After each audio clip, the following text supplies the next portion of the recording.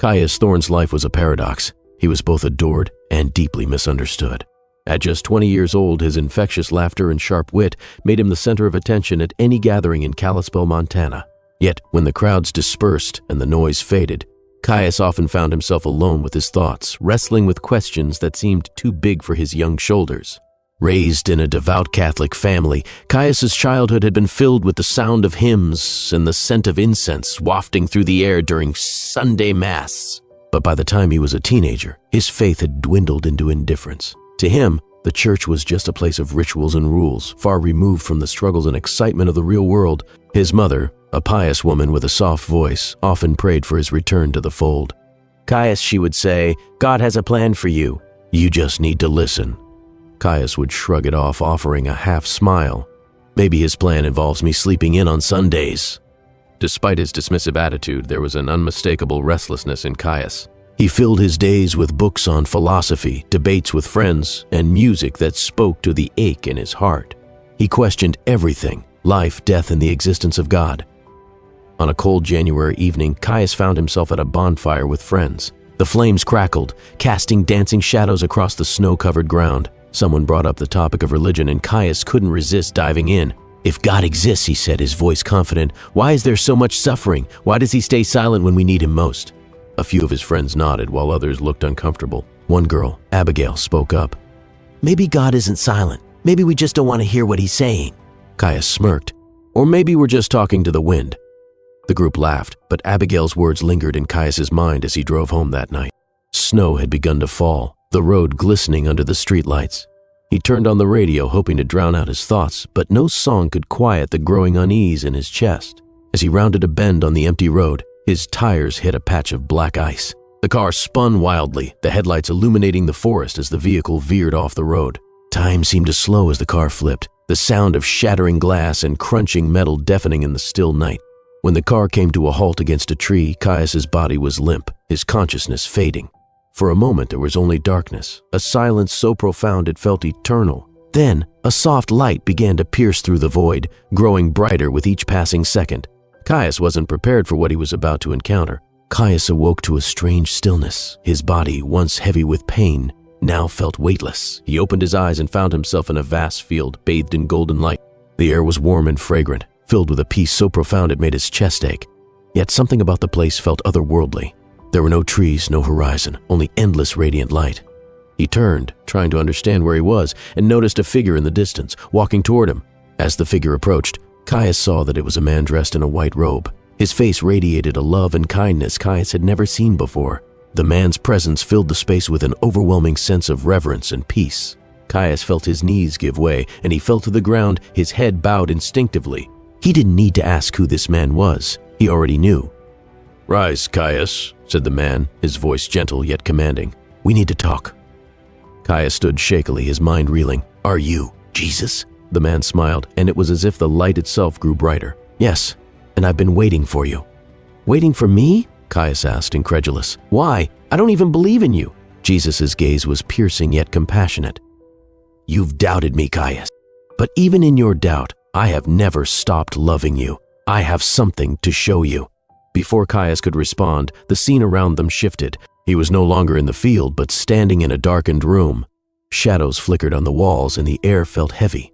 In the center of the room was a large mirror. Jesus gestured for Caius to look into it. "What is this?" Caius asked, hesitating. "Your soul," Jesus replied. Caius stepped closer to the mirror, and what he saw made his heart sink. The reflection was not his own. Instead, he saw a younger version of himself, angry, lonely, and consumed by doubt. As the image shifted, he saw moments from his life, the times he had turned away from his family, the cruel words he had spoken in arguments, the opportunities to help others that he had ignored. Tears streamed down his face. I'm not a good person. No one is without sin," Jesus said, placing a hand on Caius' shoulder. "But I didn't come to condemn you. I came to redeem you." The mirror dissolved, and they were back in the field of light. Caius fell to his knees again, overwhelmed by guilt and gratitude. "What do you want me to do?" he asked. Jesus knelt beside him, lifting him up. "Your life is not over, Caius. You have been given a second chance, but the path ahead will not be easy. You will face challenges, and the enemy will try to turn you away from me. Will you trust me?" Caius hesitated. His mind was a whirlwind of emotions. He had so many questions, so many doubts. But in that moment, he knew there was only one answer. "Yes," he whispered. "I'll trust you." The light around him intensified, and for a moment, Caius felt as if he were being lifted. Then, everything went black. When Caius opened his eyes again, he was back in his car, surrounded by flashing red and blue lights. Paramedics were pulling him from the wreckage, their voices urgent. "He's breathing!" one of them exclaimed. As Caius was placed on a stretcher, his vision blurred. But through the haze, he heard a voice in his heart, steady and clear. "Remember what I've shown you." The battle has just begun. The hospital room was cold, sterile, and awash in a muted glow from the overhead lights. Caius drifted in and out of consciousness, the memories of the accident and the radiant fields swirling together in a surreal haze. When he finally stirred fully, his mother was by his side, clutching a rosary and whispering prayers. "Mom?" Caius croaked, his throat dry and raw. Her head snapped up, eyes red from crying. "Caius, you're awake!" Tears streamed down her face as she gripped his hand. "Thank God. We didn't know if you'd make it." He blinked, the memory of Jesus' face still vivid in his mind. "Mom, I saw him." Her brows furrowed. "Saw who?" "Jesus," Caius whispered, his voice trembling. "I don't know how to explain it, but he was there. He spoke to me." Her face shifted from relief to a mix of wonder and apprehension. "You were unconscious for almost 2 days. The doctors said the crash was catastrophic. You're lucky to be alive." "No," Caius said, shaking his head. "It wasn't luck. I shouldn't be here." His voice grew firmer. "He sent me back." In the days that followed, Caius's recovery was swift but emotionally turbulent. He shared bits and pieces of his experience with his mother and his best friend, Marcus. While his mother clung to his words with faith and gratitude, Marcus was skeptical. "So let me get this straight," Marcus said during one of his visits. "You were clinically dead, and now you're telling me you went to heaven?" Caius sighed, frustrated by the disbelief in his friend's tone. "I didn't say heaven. It was somewhere else. I saw Jesus, Marcus. He showed me things about myself, about the world." Marcus leaned back, folding his arms. "And what? Now you're some kind of prophet." "I don't know what I am," Caius admitted, "but I know what I saw." Their conversation ended with an awkward silence, and Marcus left shortly after. Caius stared at the ceiling, wondering if he was losing his mind.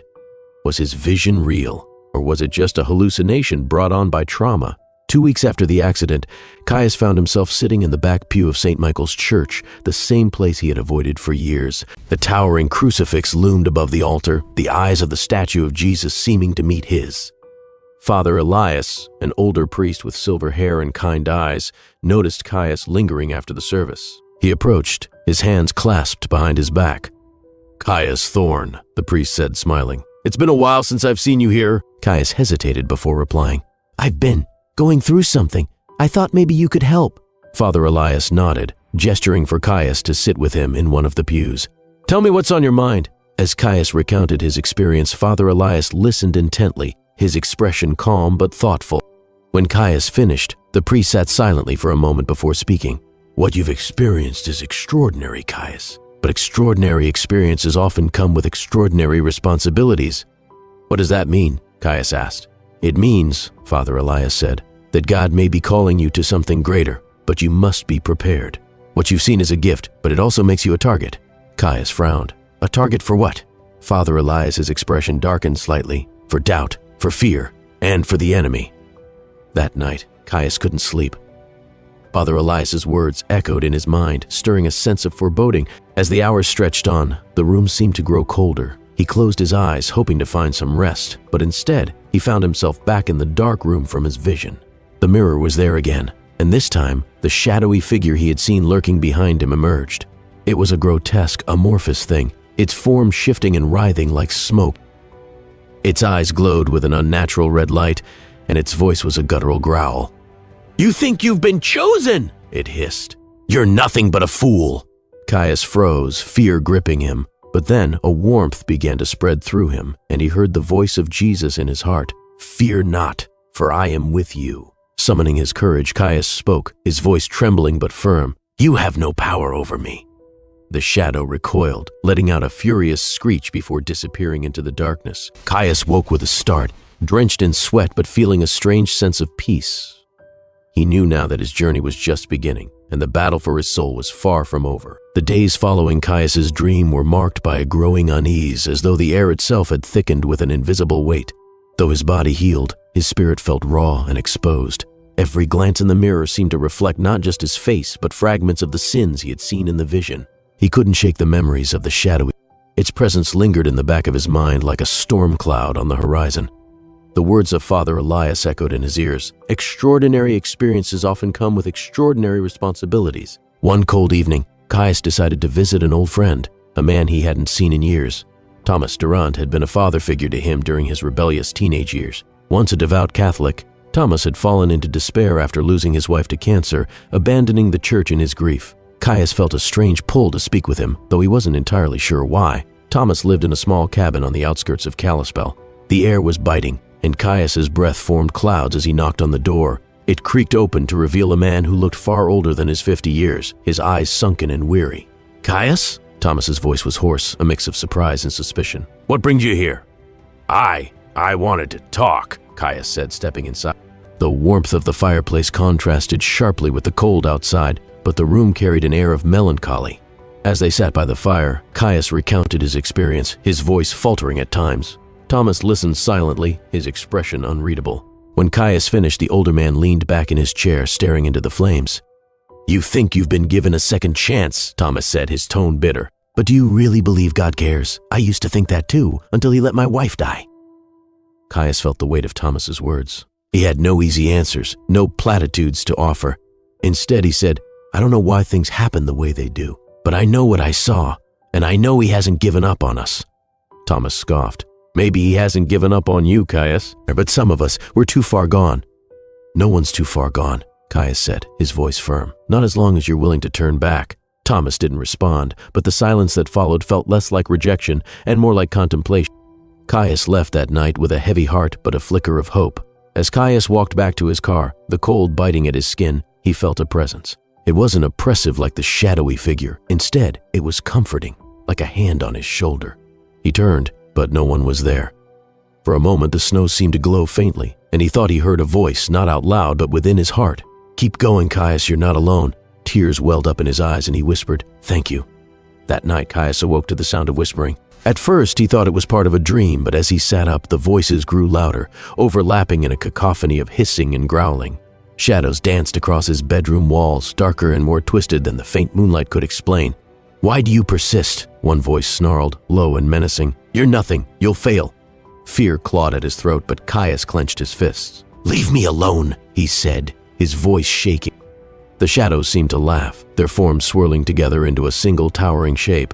"You think he can save you?" it taunted. "You're weak, unworthy." Caius's heart pounded, but he remembered the warmth he had felt earlier, the voice that had reassured him.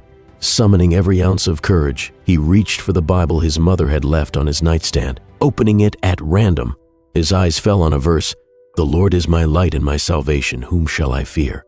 Psalm 27:1. He read the words aloud, his voice growing stronger with each syllable. The shadow hissed and recoiled, its form dissolving into the darkness. The room fell silent, and Caius collapsed back onto his bed, clutching the Bible to his chest. The next morning, Caius visited St. Michael's again, seeking guidance from Father Elias.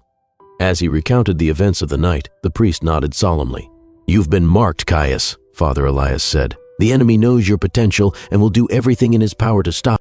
But remember this, God's strength is made perfect in our weakness. Trust in him." For the first time since his accident, Caius felt a sense of purpose solidifying within him. He wasn't just fighting for himself, he was fighting for something greater. He didn't fully understand what lay ahead, but he knew one thing: he wouldn't face it alone. Days turned into weeks, and Caius found himself drawn deeper into a world he hadn't fully understood before. His encounters with Jesus and the shadowy figure had awakened something in him, an urgency to not only change his own life, but to seek answers for the questions that haunted his soul. But change came with its challenges. Friends began to drift away. Marcus, in particular, was distant. "You're not the same, Caius," he said one evening. "It's like you've become obsessed with all this religious stuff." Caius sighed, his heart heavy. "It's not an obsession, it's my purpose." "Purpose?" Marcus scoffed. "You think you're some kind of savior now? You're just Caius, the guy who used to joke about all this." "I am still Caius," he replied, his voice steady, "but I can't pretend I don't know what I've seen. I can't go back." Marcus shook his head. Maybe I can't go forward with you then." The words stung, but Caius didn't argue. He knew the path he was on wasn't one everyone could understand. One Sunday after Mass, Father Elias approached Caius with a proposal. "There's a retreat happening at St. Joseph's Seminary next month. I think you'd benefit from it." "A retreat?" Caius asked, skeptical. "It's not just prayer and reflection," Father Elias said with a knowing smile. "There are young people like you there, asking the same questions, facing the same battles. It might help you to connect." Though reluctant, Caius agreed. He packed his things and made the trip to the seminary, nestled in a remote valley surrounded by towering pine trees. The first few days were filled with lectures, prayer services, and quiet reflection. Caius felt out of place at first, but slowly began to open up. One evening, during a group discussion, he shared his story. The room fell silent as he spoke of his near-death experience, the vision of Jesus and the shadowy figure that haunted him. When he finished, a young woman named Miriam spoke up. "I've felt that darkness too," she said, her voice trembling. "Not like you, but it's real. The enemy is real." Caius met her gaze, and for the first time he felt truly understood. The connection was more than friendship, it was a shared burden, a shared calling. On the last night of the retreat, Caius was asked to lead a prayer session. As he stood in front of the group holding a candle, he felt an overwhelming sense of inadequacy. Who was he to guide others when he was still so uncertain? But as he opened his mouth to speak, the words came naturally. "We are not here by accident," he began. "Each of us has been called, though we may not fully understand why. But what I've learned is that faith isn't about having all the answers. It's about trusting the one who does." As he prayed, the room seemed to fill with a warmth that was almost tangible. Tears streamed down his face as he felt the presence of God more powerfully than ever before. But later that night, alone in his dormitory, the shadows returned. This time the darkness was thicker, the voices louder. "You think you've won?" they sneered. "You are nothing. Your faith is a lie." Caius clutched the crucifix around his neck, his heart pounding. He began to pray aloud, reciting every scripture he could remember. The room shook, the air growing colder, but he refused to stop. Finally, with a scream that seemed to shake the very foundations of the building, the darkness fled. Exhausted, Caius collapsed to his knees, tears streaming down his face. He felt a hand on his shoulder and turned to see Father Elias standing there, his expression calm and resolute. "You're stronger than you think," the priest said. But this is just the beginning. When Caius returned to Kalispell, he was a changed man. He began volunteering at the church, mentoring troubled youth, and speaking openly about his experience. Some listened with curiosity, others with skepticism, but Caius no longer sought validation. He knew his purpose. One afternoon, as he was cleaning the church, Abigail, the girl from the bonfire months ago, walked in. "I heard about what happened," she said. "You've changed, Caius. It's inspiring." He smiled. "It's not me, it's him." As they talked, Caius realized that his journey wasn't just about confronting darkness. It was about being a light for others, just as Jesus had been a light for him. But deep down, he knew the battle wasn't over. The shadowy figure might return, the doubts might creep in, but Caius was no longer afraid. He had chosen his path, and he would walk it with faith, courage, and unwavering trust in God. Months turned into a year, and Caius's life became a blend of spiritual highs and challenging lows. His near-death experience had sparked a fire in his soul, but the path wasn't without struggles. The shadowy figure still haunted him in dreams, and his newfound purpose often alienated him from old friends and even some family members. Yet Caius pressed on, trusting that his trials were part of a greater plan. One evening, while volunteering at the church's soup kitchen, Caius was approached by a man in his 60s named Peter. With a weathered face and a piercing gaze, Peter asked to speak with him privately. "I've heard about you," Peter said, his voice low. "About what you saw." Caius hesitated but nodded. "Yes, I've shared my story with those who were willing to listen." Peter leaned closer. "I had an experience too, years ago, but I kept it to myself out of fear. You're brave for speaking up, but be careful. The more you shine, the more you'll attract the darkness." The words sent a chill through Caius. Peter's warning wasn't new, but coming from someone who had walked a similar path, it carried weight. Caius thanked him and spent the night in prayer, asking for guidance and protection. Not long after, Caius had his most harrowing encounter yet. Late one night, he woke to find his room engulfed in an oppressive darkness. This time, it wasn't just shadows, it was a palpable, suffocating presence. The shadowy figure stood at the foot of his bed, its form more defined than ever, with glowing red eyes and a sinister grin. "You think you've won?" it hissed. "You've only delayed the inevitable." Caius felt paralyzed with fear, but then he remembered the promise Jesus had made to him, "Fear not, for I am with you." Summoning every ounce of courage, he grabbed the Bible from his nightstand and began to read aloud from the Gospel of John. "The light shines in the darkness, and the darkness has not overcome it." The figure shrieked, its form flickering like a dying flame. Caius continued to read, his voice growing stronger with each word. Finally, the shadow let out one last guttural scream before vanishing into nothingness. The room fell silent, and a deep peace settled over Caius. He knew in that moment that the battle had been won, not by his strength, but by God's power working through him. The journey continues. In the weeks that followed, Caius shared his story with the congregation at St. Michael's. His testimony inspired many, drawing people back to their faith and encouraging others to confront their own struggles with darkness. Even Marcus, who had distanced himself, began attending Mass and rekindled his friendship with Caius. Caius also reconnected with Thomas, who had been quietly attending church again. One Sunday after the service, Thomas approached Caius with tears in his eyes. "You were right," he said. "I'm not too far gone." Caius embraced him. "None of us are." Caius knew his journey was far from over. The darkness would always try to creep back in, and new challenges would arise. But he also knew he was no longer walking alone. He had been given a second chance, not just at life, but at a life filled with purpose, faith, and love. As he stood in the church one evening, gazing at the crucifix, Caius whispered a quiet prayer. "Thank you for saving me. Help me to be the light you've called me to be." And in the stillness of the sanctuary, he felt the same warmth he had experienced in his vision, the undeniable presence of God, reminding him that he was never alone,